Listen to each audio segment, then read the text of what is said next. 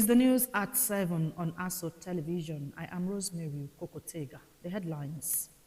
FCT Minister Wike urges professional bodies to prioritize development. National Assembly announces plans to review Data Protection Act 2023. NYSC advocates enhanced election duty remuneration for corps members. The Director, Media and Publicity Renewed Hope Ambassadors, Mr. Tunde Rahman, has said that President Bola Tinubu already delivered laudable transformational projects in the northern part of the country in line with his campaign promise to the people of the North.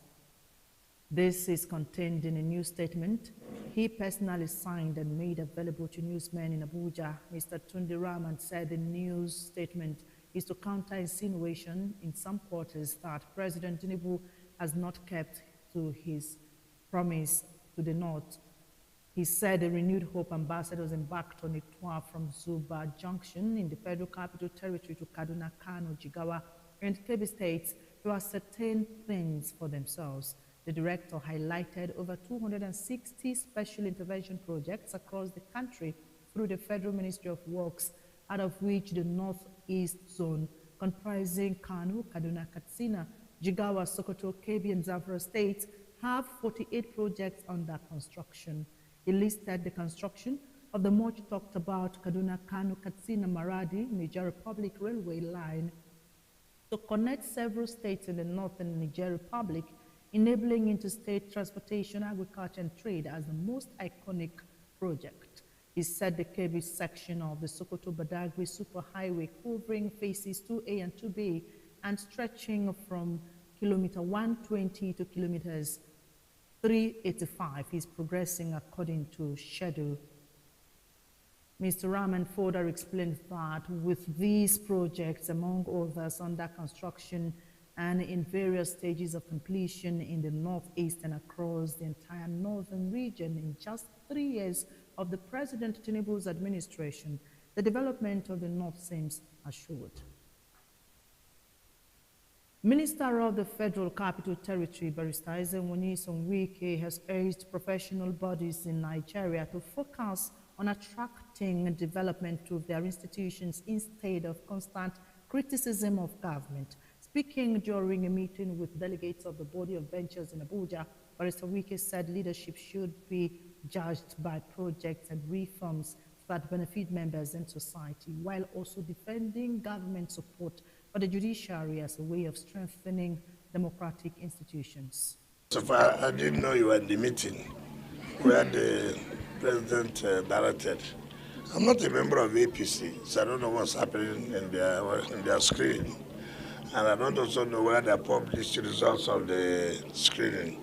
So it will be difficult for me to comment. Even if they do, why would I comment? I don't know the reasons they have. So of course, our own party will soon start their screening today, tomorrow. So that is where you should ask me question. What pertains to me, not what does not concern me. So that's what I answer. No, I asked because recently you have spoken about the adoption of coalition, Rainbow Coalition. Are you going to be using that for this upcoming screening? Very much. That is the essence of a Rainbow Coalition. We'll look at it. We'll look at where we have the strength, we'll look at where these people have the strength, and we'll compare notes, and we're going to vote accordingly. Well, I'm not trying to defend AMAC, but you know that when it concerns the issue of tax, Nigerians don't like to pay tax. They can call you all sorts of names when it has to do with taxes. So, however, nobody has given us such a report. If we have that report, we don't know what to do. We'll call AMAC to order. There must be a civilized way of collecting taxes. But knowing what we experience too about payment of taxes, it will be difficult for me to say that they are right. It will be difficult. See what we are doing, and yet to pay tax is a very difficult one. So I don't want to give it. I don't want to have headache on that, because I know that we just don't want to comply with the rules. We want everything free in this country. That's what I'm saying, that because even when you don't want to pay, you only come with to say, oh, you know, the board of operations. If you are paid, will anyone come and stop you, harass you in whichever method you want? I'm not saying that what they are doing is right. But knowing our taxpayers, knowing that Nigerians don't like to pay tax, even when the tax collectors come, they'll find one excuse or the other to give them bad. It has happened to us severally. So why would I not begin to say that it will not happen to another institution? So I don't want to say that they are right. Neither will I say that AMAC is correct. But I've said nobody has raised any complaint to us.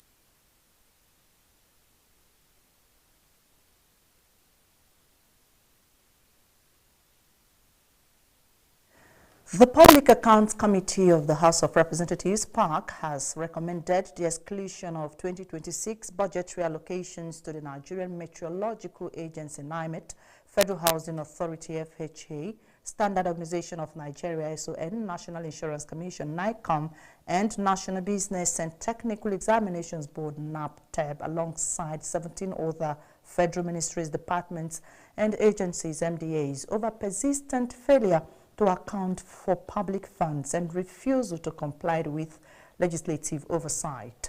The committee, chaired by Mr. Bamidele Salam, made the recommendation during its public hearing on Thursday, following failure of the affected agencies to respond to audit queries contained in the Auditor General for the Federation's annual reports for 2020, 2021, and 2022. Other agencies recommended for budget exclusion are Corporate Affairs Commission, CAC, Federal Ministry of Housing and Urban Development, Federal Ministry of Women Affairs and Social Development, Federal University of Gashua, Federal Polytechnic Ede, Federal Polytechnic Ofa, Federal Medical Center Owerri, Federal Medical Center Makurdi, Federal Medical Center Bida, Federal Medical Center Birnin Kebbi, Federal Medical Center Katsina, as well as the Federal Government College Kwali are affected. In the list still are Federal Government Boys College Gariki Abuja, Federal Government College Rubuchi, Federal College of Land Resources Technology Owerri, Council for the Regulation of Freight Forwarding in Nigeria, and the FCT Secondary Education Board.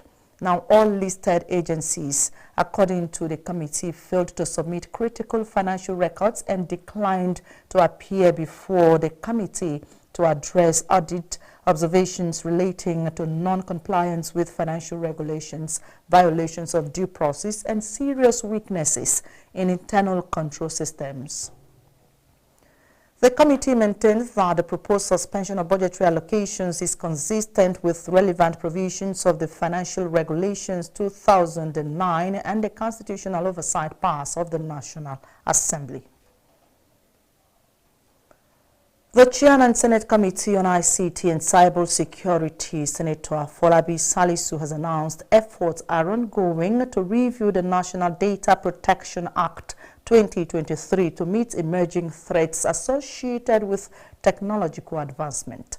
The lawmaker made the announcement at the opening of a 3-day workshop on data protection awareness promotion organized for the Joint National Assembly Committees on ICT by Nigeria Data Protection Commission and Ampersand Development Partners on Tuesday in Abuja. He said since the enactment of the Act in 2023, there have been new developments such as artificial intelligence AI and the United Nations Convention on Cyber Crimes. The lawmaker said that there is a nexus between data governance and cyber crimes, hence the need to look at the Act and strengthen the handshakes where necessary. Also speaking, Chairman House Committee on ICT and Cyber Security, Mr. Stanley Olajide, said data is gold and Nigeria's next prosperity is not going to be oil but data. He said that no investor would bring foreign funds or capital into Nigeria without making sure that the right data protection law is in place, which Nigeria has. A member of the House of Representatives representing Abuja Municipal Area Council, Abuja Municipal Buhari Federal Constituency, Mr. Joshua Chinedu-Obika, has defended his movement across political parties, insisting that his decisions were driven by political realities and loyalty to the New Nigeria movement championed by the former Labour Party presidential candidate, Peter Obi. The lawmaker speaking amid criticism over his movement from the Labour Party to the All Progressives Congress APC and now to the Nigeria Democratic Congress NDC, said Nigerians should focus more on elected officials' performance rather than party affiliation. He said the internal crisis that engulfed the Labour Party weakened the party's structure and affected its ability to function effectively, citing the failure of the Independent National Electoral Commission (INEC) to upload some candidates during area council elections. According to him, the situation created uncertainty for many members and supporters who feared the party could no longer provide a viable political platform ahead of future elections. Mr. Obika, however, expressed reservations about the NDC arrangement at the time, alleging that many of those behind the coalition were long-time political associates of former President Atiku Abubakar. On constituency projects, Obika said his office had facilitated the construction and renovation of schools, restoration of boreholes in public schools, distribution of educational materials, and scholarships for students within and outside the constituency, among other interventions.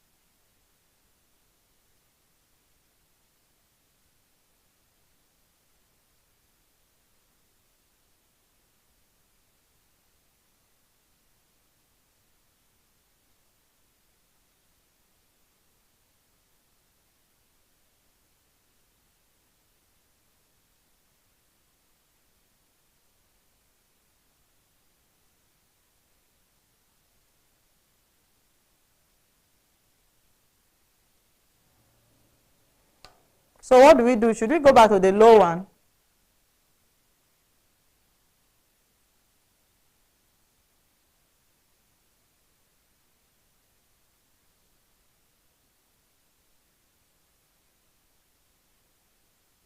He urged politicians across party lines to unite ahead of the 2027 elections, insisting that Nigerians were more interested in leaders who could deliver development than in party labels.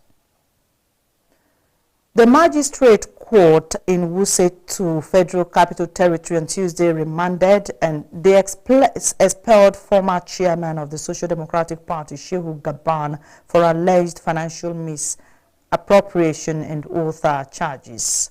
The case between Gaban and the current chairman of SDP, Sadiq Abubakar, are contained in case file number DCC 10/2026 before the FCT Chief Magistrate Court. Richard Anebe has the report. Gaban alongside Chukuma Ochechukwu were arraigned on 6-count charges bordering on financial misappropriation at SDP amounting to over 35 million naira, forgery and the breach of trust. However, Gaban at the hearing pleaded not guilty before the court of the Magistrate Court, Amuche Onyedum. The magistrate therefore granted Gaban 3 million naira bail with 2 sureties within Abuja. Speaking at the hearing, Abubakar said the opposition party decided to drag Gaban before the court in an effort to cleanse it from external influences. The time under review 2022-2023. So we wrote INEC to say this is what has happened. INEC, this is what is in our audit report, this is what the chairman submitted, and this is what is in our bank account. We submitted our bank statement to INEC and asked INEC to prosecute they expel national chairman. INEC did not that under Mahmoud. Throughout this time, they continue to drag us back. So at the end of the day, we felt out that we have to take the matter to the court of competent jurisdiction to try him so that the money will be returned to the party. According to him, the party had asked the Independent National Electoral Commission (INEC) to prosecute Gaban, but nothing was done, which is the reason they brought the matter before the judiciary. The way asphalt are to the road construction and roads to building construction, so are the political party to our democracy. If we are to present candidates, there will be president, governors, senators, members of the House of Reps and state assemblies, chairmen and councillors. I think at the party level we're supposed to cleanse the party to make it corrupt-free and so on and so forth. So that is why we are cleansing the party.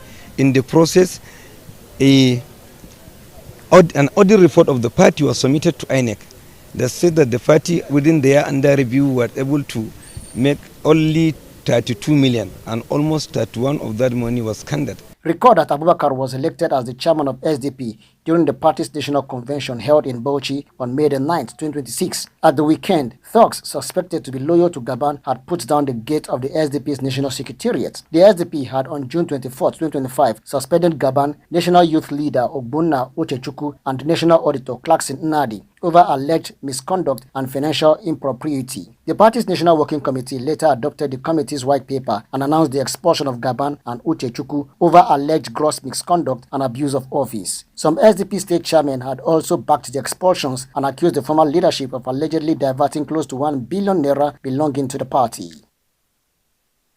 You're watching News at 7 on ASO Television. Watch us live on DSTV 392, StarTimes TV 127, Free TV 507 on the UHF band, channel 38. Coming up after the break, federal government scraps UTME requirement for NCE candidates. Do stay with us. Some things don't arrive. They've always been. Not for a day, for all of time. Until quietly something shifts. Moving from someday to now. Women are not honored in time. They are woven through it, shaping every story, every voice, every breath. We are because she is, and because tomorrow they will be. Candidates seeking admission into Nigeria's Certificate in Education NCE programs in colleges of education will no longer be required to sit for the Unified Tertiary Matriculation Examination UTME. The Minister of Education, Tunji Alausa, announced this on Monday during JAMB's 2026 policy meeting in Abuja. Under the new guidelines, prospective students will only need a minimum of 4 O-level credits in school certificate to qualify for admission. According to the Education Minister, the move is designed to ease the administrative burden on the Joint Admissions and Matriculation Board JAMB and to harness the positive orientation towards the teaching profession. He stated that it is imperative to emphasize that such candidates shall mandatorily register with JAMB and their credentials duly screened, verified, and certified for the issuance of admission letters through College of Advanced and Professional Studies (CAPS) in accordance with extant regulations. Dr. Alausa said the exemption is extended to candidates seeking admission into national diploma programs in non-technology, agricultural and agriculture-related courses. According to him, the policy is to take effect from next year. According to him, the policy to take effect from next year will not only ease the pressure associated with the UTME, but encourage greater participation in teacher education and agricultural programs, both of which are critical to national development. The governor of Edo State, Monday Okpebholo, has condemned in strongest terms the murder of a youth at the main gate of the University of Benin, UNIBEN, by gunmen in broad daylight on Sunday. The governor, in a statement released by his chief press secretary on Monday, described the brazen and cold-blooded killing on a day regarded as sacred by many as an affront to human dignity, a threat to public safety, and an attack on everything his administration stands for. He termed the act completely unacceptable. The governor also extended his heartfelt condolences to the family, friends, and associates of the deceased whose life was violently and senselessly cut short. Governor Okpebholo assured the public and the victims' families that the case will not be swept under the rug. Reiterating his administration's firm resolve to stamp out cultism in all its forms across Edo State, the governor highlighted that since assuming office, his administration has taken deliberate and sustained steps to confront the court menace head-on. Meanwhile, the Edo State Police Command has launched an investigation into the fatal shooting incident that occurred on Sunday at approximately 5 p.m. around the University of Benin Uniben Axis in Benin City. According to a statement signed by the Police Public Relations Officer ASP Eno Ikwedem, preliminary investigations revealed that 3 occupants of a Mercedes-Benz GLK vehicle, Onwoke Blessed, Alexander Omogiate, and Chinenye Christian Mbangu were driving out of Uniben when an unidentified white GLK vehicle reportedly intercepted them at the university's main gate in Ugbowo. The occupants of the suspect vehicle reportedly lowered their windows and opened fire on the victims before fleeing to an unknown destination. As a result of the attack, the occupants of the vehicle sustained varying degrees of gunshot injuries. A female passerby identified as Dorothy Uba was also said to be hit during the incident. Police operatives promptly mobilized to the scene upon receiving the report, and the victims were immediately rushed to the University of Benin Teaching Hospital for urgent medical attention. Tragically, Alexander Omogiate was confirmed dead by the doctor on duty, while other injured victims are currently responding to treatment. The Commissioner of Police Edo State Command CP Monday Agbonika ordered a full-scale investigation into the incident with the aim of tracking down the fleeing suspects and bringing them to justice. The Edo State Police Command sternly warned all criminal elements and hoodlums operating within the state, particularly around university campuses, to desist from acts of violence and criminality. The command said it remains resolute in its commitment to rid Edo State of all forms of crime and assure the public that no stone would be left unturned in ensuring those responsible for this heinous act are apprehended and prosecuted. Members of the public with credible information that could assist the ongoing investigation are also encouraged to report promptly to the nearest police station or contact the command through its emergency lines. The police promised to treat all information provided with the strictest confidentiality. The Director General of National Youth Service Corps, Brigadier General Lakunle Nafiu, has appealed to the Independent National Electoral Commission, INEC, to increase the remuneration of corps members that serve as ad hoc staff during elections. He also requested for timely payment of insurance benefits or medical support to corps members that pay the supreme sacrifice or suffer injuries on election duties in the country. The NYCDG made the appeal when the chairman, INEC, Professor Joash Amupitan, paid him a visit in his office at the NYC National Directorate headquarters in Maitama, Abuja. He said granting these requests would encourage more corps members to participate in the conduct of elections as well as perform their roles with more zeal and patriotism. General Nafiu also urged INEC to expedite action on timely release of names of corps members that would serve as electoral officers, adding that this would enable the scheme to make adequate preparation before the election days. The chairman of INEC in his remarks described corps members as the most dedicated, educated, and patriotic election duty staff whose presence at the polling units has brought neutrality and public confidence that is irreplaceable. He reiterated INEC's commitment to working with NYC and security agencies to ensure that safety protocol is strictly enforced to protect every corps member on election duty. The Federal Safety Corps FRSC has commenced a nationwide strategic leadership training program for 305 senior officers as part of efforts to strengthen operational efficiency, professionalism, and service delivery.